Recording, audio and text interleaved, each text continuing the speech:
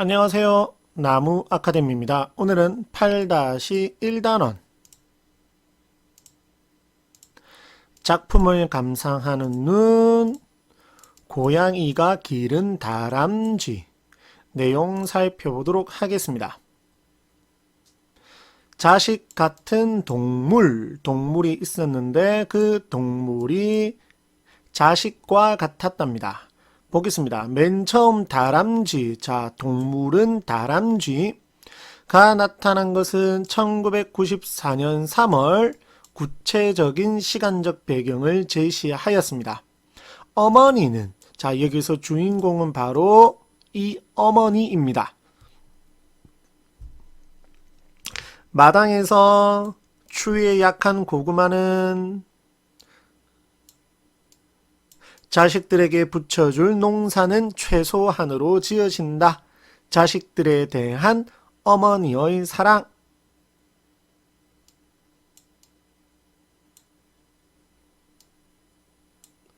둘째인 나는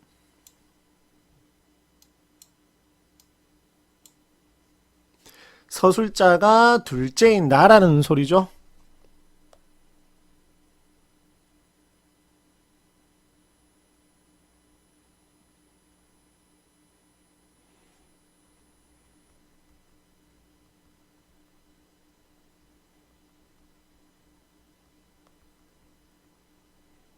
서술상의 특징 확인해야 됩니다.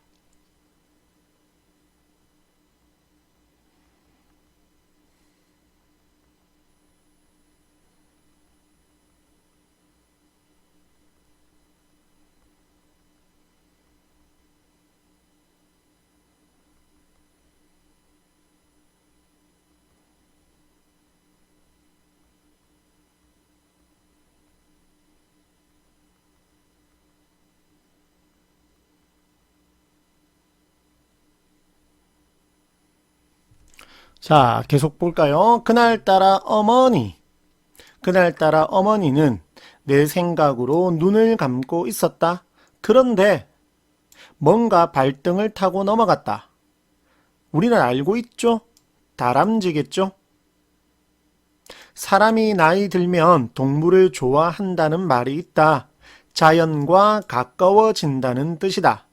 자연과 가깝다는 말은 죽을 날이 가까워졌다는 뜻도 된다. 아무튼 평소에는 거들떠 보지도 않던 동물이지만 어머니는 다람쥐를 유심히 바라보았다. 하긴 아직은 다람쥐들이 배고픈 계절이다. 3월이라고 했으니까 이제 봄이 다가왔지만 아직까지는 곳곳에 먹을거리가 많지는 않은 시간이죠. 옛다 이거 먹으렴 하면서 무엇을 준 것입니다. 고구마를 주었습니다. 다람쥐가 어머니 눈치를 살폈다. 야생동물이기 때문에 인간을 경계하는 것이겠죠. 괜찮다. 어서 먹으렴. 나는 너를 잡을 만큼 빠르지도 않단다 라고 말을 하고 있습니다. 단순하게 생각하면 인간의 말을 다람쥐가 알아듣지는 않겠죠. 근데 알아들을 거라고 생각을 하고 이렇게 말을 했죠. 그래서 바라 의도는 다람쥐를 안심시키기 위해서이고 어머니는 다람쥐가 사람 말을 알아듣는다고 생각한 것입니다. 어머니는 다람쥐가 사람 말을 알아듣는다고 생각했다. 사람하고 가깝게 살아가는 동물 앞에서는 말을 함부로 하지 말라고. 왜? 알아들을 것이기 때문에. 특히 집에서 기르는 짐승들은 사람 말을 알아들어. 똑같은 말이죠. 어머니는 우리에게도, 서술자 우리에게도 그런 말을 자주 하였다.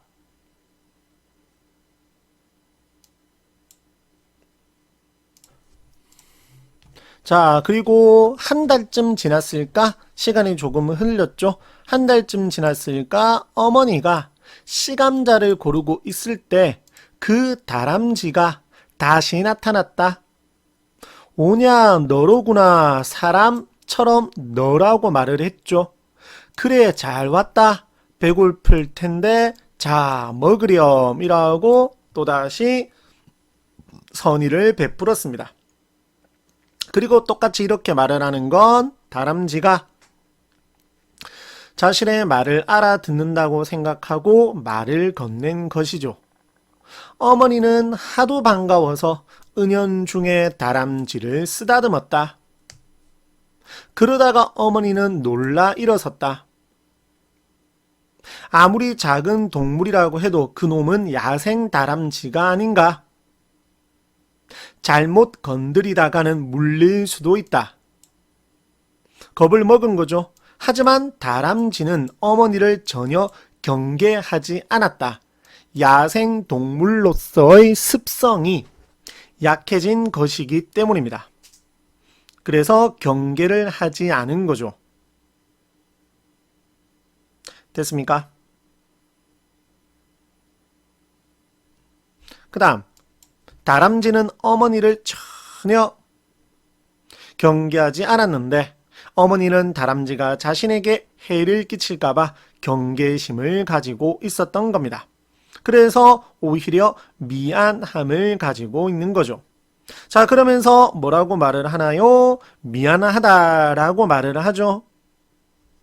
미안하다. 사람이란 일에 늘 의심하고 걱정하고 두려워하고 남을 못 믿고 그렇게 평생을 살거든.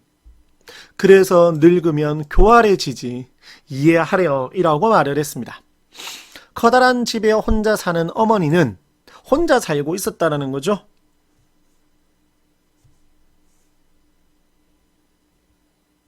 어머니는 마치 말벗을 만난 듯 했다. 왜 이렇게 마음을 다 했는지도 어느 정도 짐작이 가죠. 자식처럼 느끼는 거죠. 여기는 거죠. 다음날 아침이었다. 다람쥐가 나타났다. 어머니는 놀라면서도 반가워했다. 허허 너로구나 라고 하면서 다시 이 막내가 바로 서술자죠. 막내를 서울로 떠나보낸 지도 10년이 넘는다. 자식들은 철들기도 전에 모두 서울로 떠났다. 그래서 외로움, 그래서 자식에 대한 그러한 그리움, 외로움이 누구에게? 다람쥐에게 전해진 겁니다. 됐습니까? 자, 많이 먹어라. 아침이 든든해야 해. 됐습니까? 어머니는 꼭 자식을 보는 심정이었다. 이해되죠? 자식이라고 생각을 하는 거죠? 그날부터 다람쥐는 매일 어머니를 찾아왔다. 왜 매일 찾아왔을까요? 됩니까? 자, 그러면서 어머니는 그러한 다람쥐에게 이런저런 이야기들을 하였죠. 됐습니까? 자, 그 다음 언제부턴가 어머니는 외롭지 않다는 생각을 하였다. 누구 때문에? 다람쥐 때문에 되겠죠. 다람쥐에게 이런저런 이야기를 하면서 외로움에서 벗어날 수 있게 된 것입니다. 됐나요? 그 다음 그러던 어느 날 어머니는 아침부터 허둥댔다. 불안했다. 어머니는 그날 종일토록 아무 일도 하지 않았다. 밥도 들어가지 않았다. 다람쥐를 걱정하는 거죠. 나타나지 않는 다람쥐를 걱정해서 이렇게 생각하고 있는 것입니다. 그날 밤 어머니는 눈물까지 흘렸다. 자식들을 하나씩 서울로 보낼 때마다 흘리던 눈물이다. 걱정이죠. 누구에 대한 걱정? 다람쥐에 대한 걱정입니다. 자, 나타났습니다. 다람쥐가. 오메 이놈아, 어디 갔다가 이제 오냐. 나는 부엉이한테 잡아먹힌 줄 알았다. 천적은 부엉이입니다. 나중에 이 부엉이가 등장을 합니다. 어머니는 한 줌도 안 되는 다람쥐를 안고 울었다. 이쪽으로 와보세요. 진짜 말을 한 건 아니겠죠. 당연히 상상이죠. 자, 가봤더니만 술독이 있는데 그 술독 안을 봤더니만 깜짝 놀랐습니다. 왜? 새끼를 낳았습니다. 그리고 심지어 금줄도 채워주었죠. 그래서 다람쥐에 대한 어머니의 애정과 정성을 보여주는 것이라고 볼 수 있겠습니다.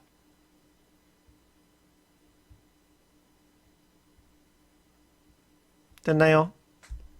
그 다음 어미 잃은 새끼들. 자, 어미를 잃게 되는가 봐요. 어머니는 다람쥐 어미를 정성스럽게 보살폈다. 그러나 어머니가 먹을 것을 다 구해 주었기 때문에 그 어미 다람쥐 입장에서 보면 무엇을 할 이유가 먹이를 구할 필요가 없는 거죠.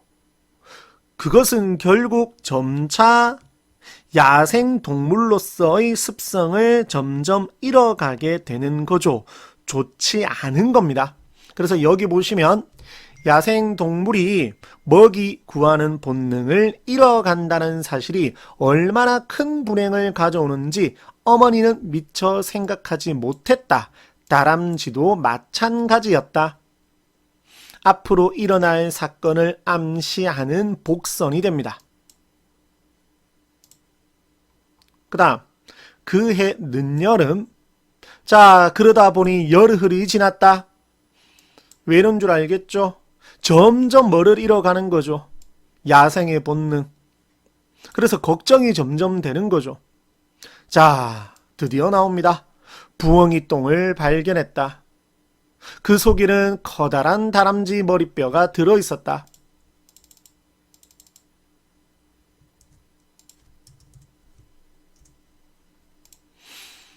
죽은 어미야 어쩔 수 없다 하더라도 새끼. 자, 약한 동물에게는 강한 새끼를 주어야 한다고 생각하는 거죠. 밑에 내려가면 어머니는 잠을 이루지 못했다. 남은 다람쥐 새끼들 때문에 남은 새끼들 목숨을 걱정하는 거죠. 자, 그 다음 그런데 죽은 새끼들이나 묻어주려고 보일러실로 들어간 어머니는 야옹 야옹 누가 고양이가 뛰쳐나온 겁니다. 알고 보니 누가 고양이가 누구를 키워준 거다. 다람쥐 새끼들을 키워준 것입니다. 놀랍죠? 자, 그러면서 신을 원망하던 어머니는 신이 공평하다라고 감사해야 하고 있습니다. 밑으로 내려가서 다람쥐와 고양이의 생활은 전혀 다르다. 다람쥐는 어느 한 곳에다 보금자리를 정해놓고 생활하지만 고양이는 일정한 보금자리가 없다. 점점 이제는 야생동물로서의 습성이 아니라 자신이 고양이라고 생각을 하는 겁니다. 사실은 다람쥐잖아요. 그러면 다람쥐에 맞는 습관, 습성을 익혀야 되는 건데 그게 아니라 고양이로서의 습성을 익히게 되는 겁니다. 이건 더 안 좋죠. 그래서 쥐를 보면 다람쥐가 고양이처럼 공격을 한 것이죠. 됐습니까? 자, 그 다음 어머니는 그 다람쥐를 잘 치료해 주었다. 다람쥐의 미래는 불확실하다. 당연하죠. 다람쥐로서의 본성을 잃고 고양이처럼 행동을 하고 있으니 곧 문제가 생길 수가 있겠죠. 그걸 걱정하는 거겠죠. 자, 그러면서 이렇게 말을 하는 겁니다. 너는 다람쥐야. 고양이가 아니란다. 자, 고기보다 도토리가 더 맛있을 거야. 그러니까 고기를 먹으면 안 되고 무엇을 먹어야 되죠? 도토리를 먹어야 되는 거잖아요. 됐습니까? 동물들이 야생의 본성을 잃지 않아야 된다는 거죠. 자, 가을 수확철이 되었다. 어느 날 마을 사람들이 탈곡기 야생 암다람쥐를 가지고 온 겁니다. 즉 야생 다람쥐로서의 습성을 잃지 않게 하려고 하는 거죠. 됐습니까? 다람쥐 부부는 무사히 겨울을 났다. 다행히 이제 무엇의 습성? 다람쥐로서의 습성을 익히게 되면서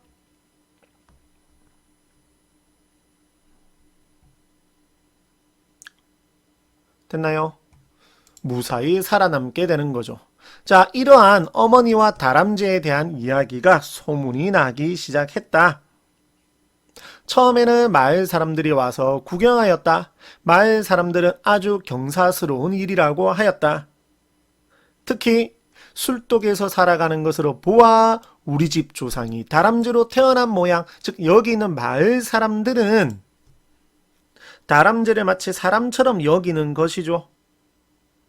나쁘지 않은 겁니다. 자, 그런데 국회의원들이라든지 이러한 사람들이 나타나서 유명세를 이용해서 자신의 그 유명세를 이용해서 자신도 좀 이름을 더 알리고 싶어서 사진을 찍고 가는 거죠.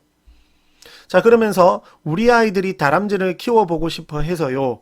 요즘 서울 사람들도 다람쥐를 많이 키우답니다. 즉 야생 동물을 마치 애완동물처럼 여기는 거죠. 인간 중심적인 나쁜 사고가 되겠죠. 다람쥐는 무엇이 아닙니다. 야생동물이지 애완동물이 아닙니다. 맞죠? 밑에 자 새끼를 12마리를 낳았고 그래서 일단 어머니는 사람들한테 주었습니다.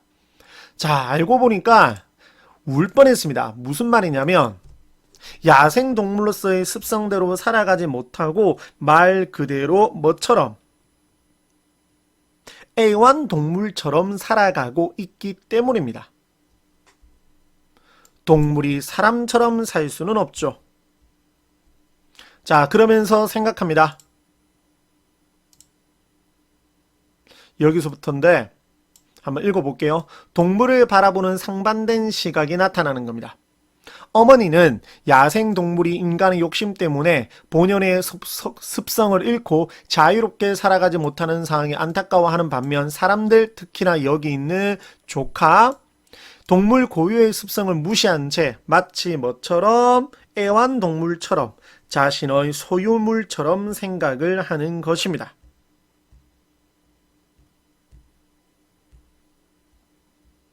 됐나요?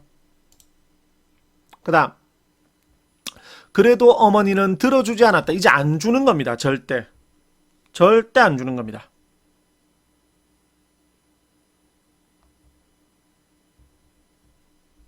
됐습니까? 이렇게 내용을 정리해 볼 수 있겠습니다. 자, 밑에 정리되어 있는 내용 활용하시면 좋겠죠? 자, 먼저 1번과 4번 읽어보시기 바랍니다.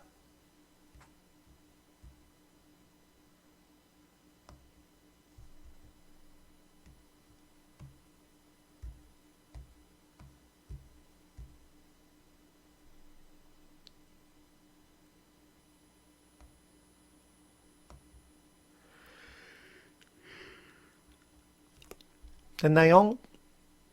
중요합니다. 의존적으로 변했죠? 어머니가 먹이를 줬으니까. 그러다가 가지고 있던 야생성을 상실하게 되고 그리고 불행. 그 다음에 3번, 2번, 3번, 5번 전부 다 읽어보시기 바랍니다.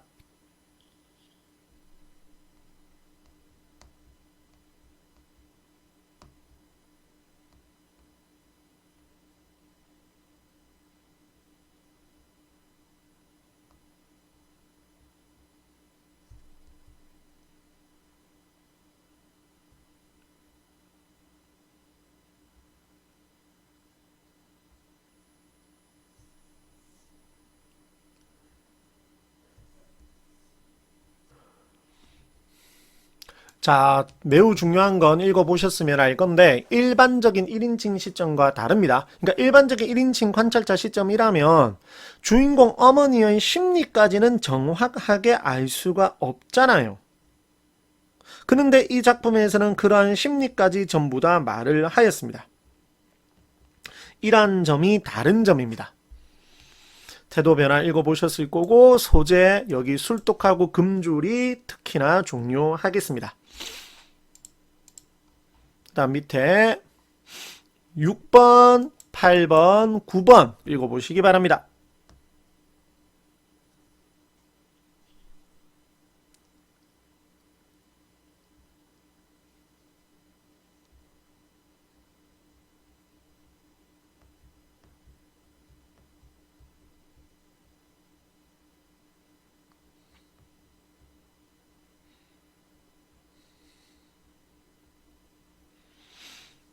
자, 정말 중요한 건 앞서 지문에서도 나왔었던 이 6번이죠. 동물에 대한 대조적 관점. 매우 중요합니다. 정말 중요합니다. 꼭 기억을 하고 있으셔야 되고, 그 다음 7번, 10번, 11번 풀어보시겠어요?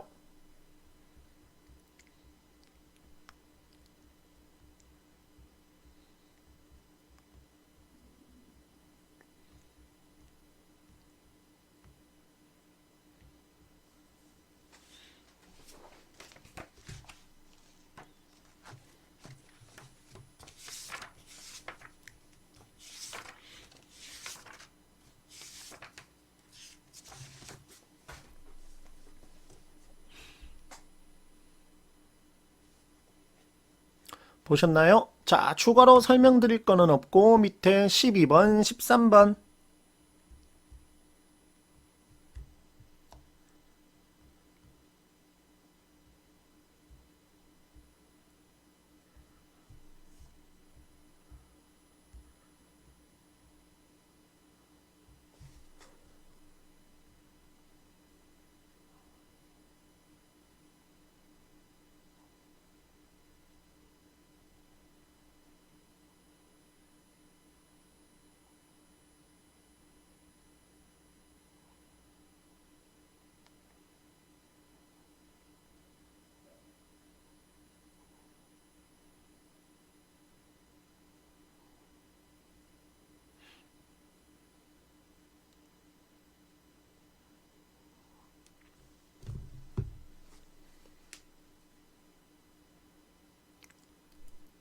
읽어보셨나요? 자, 문제 보여드리겠습니다. 이제 문제를 한번 풀어볼 타임입니다. 문제. 문제 유형은 일단은 당연히 저희 영상 자주 보셨으면 알 건데 서술상의 특징과 내용 일치겠죠. 일단 서술상의 특징 묻는 문제 먼저 풀어볼까요? 1번.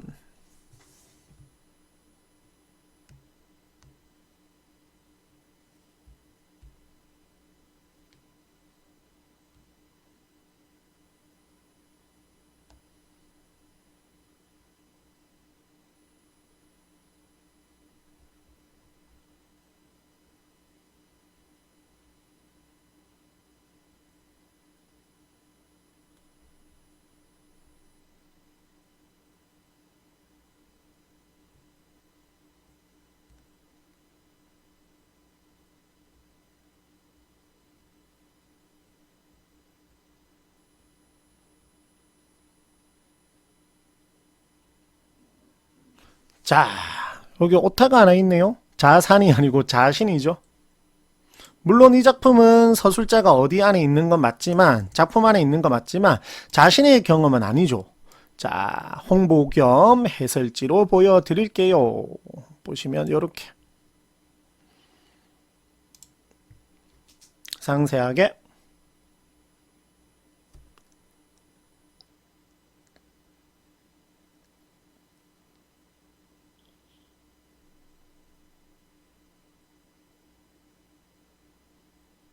됐습니까?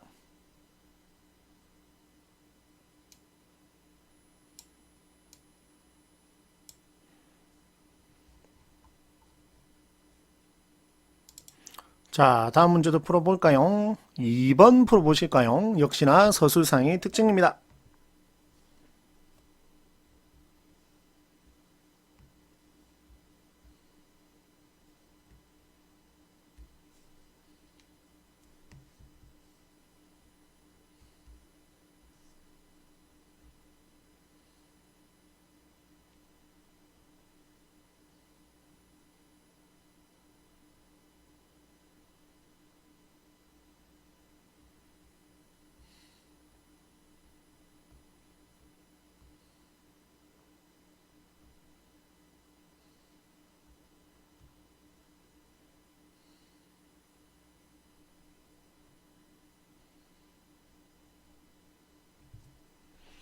자, 1번 서술자를 교체 아니죠. 1인칭 관찰자 시점이 계속 유지가 되고 있죠. 동시에 벌어진, 그러니까 같은 시간대에서 서로 다른 사건들, 이걸 병렬적이라고 하거든요. 병치. 특정 인물의 행동과 심리 맞죠? 누구? 어머니. 됐습니까? 답은 3번, 4번, 5번도 확인할 수 없습니다. 자, 이러한 서술상의 특징 묻는 문제가 많이 출제가 되었고, 다음은 당연히 내용 일치겠죠. 자, 내용 일치 묻는 문제 유형 11번 한번 풀어보시겠어요?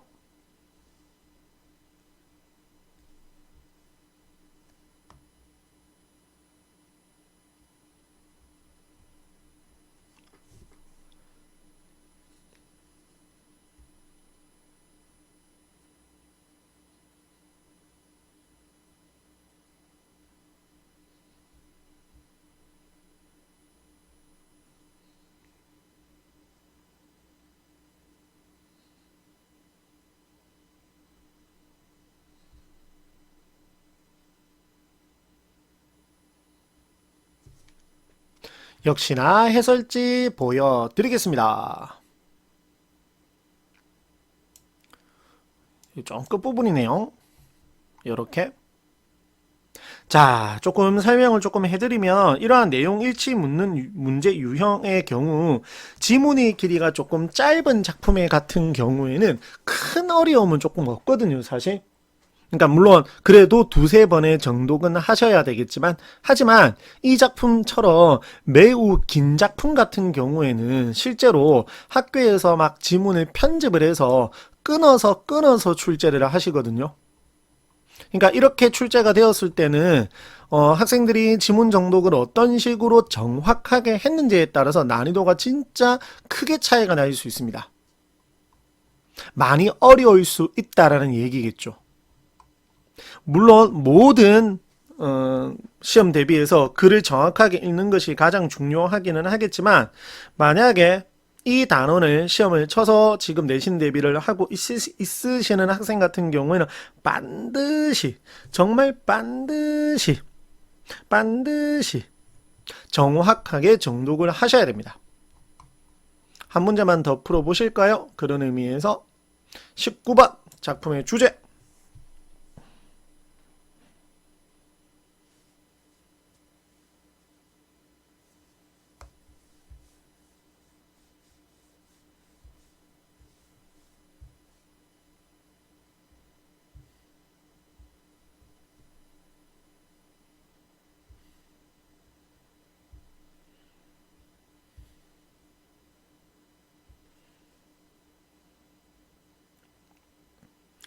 적절하지 않은 거죠?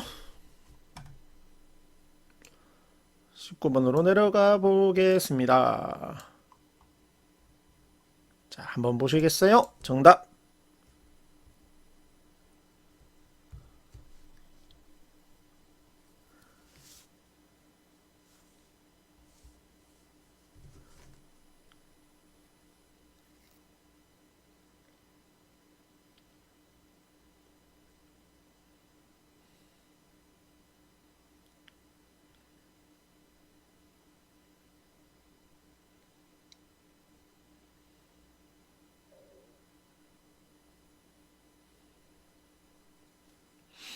자, 이렇게 오늘은 지문 천천히 읽어보고 문제도 여러 문제, 유형 두 가지에 따라서 보여드려 보았습니다. 오늘 영상도 이렇게 저희가 제공한 것이 학생들에게 많은 도움이 되었으면 정말 좋겠습니다. 항상 언제나 응원하고 있겠습니다. 감사합니다.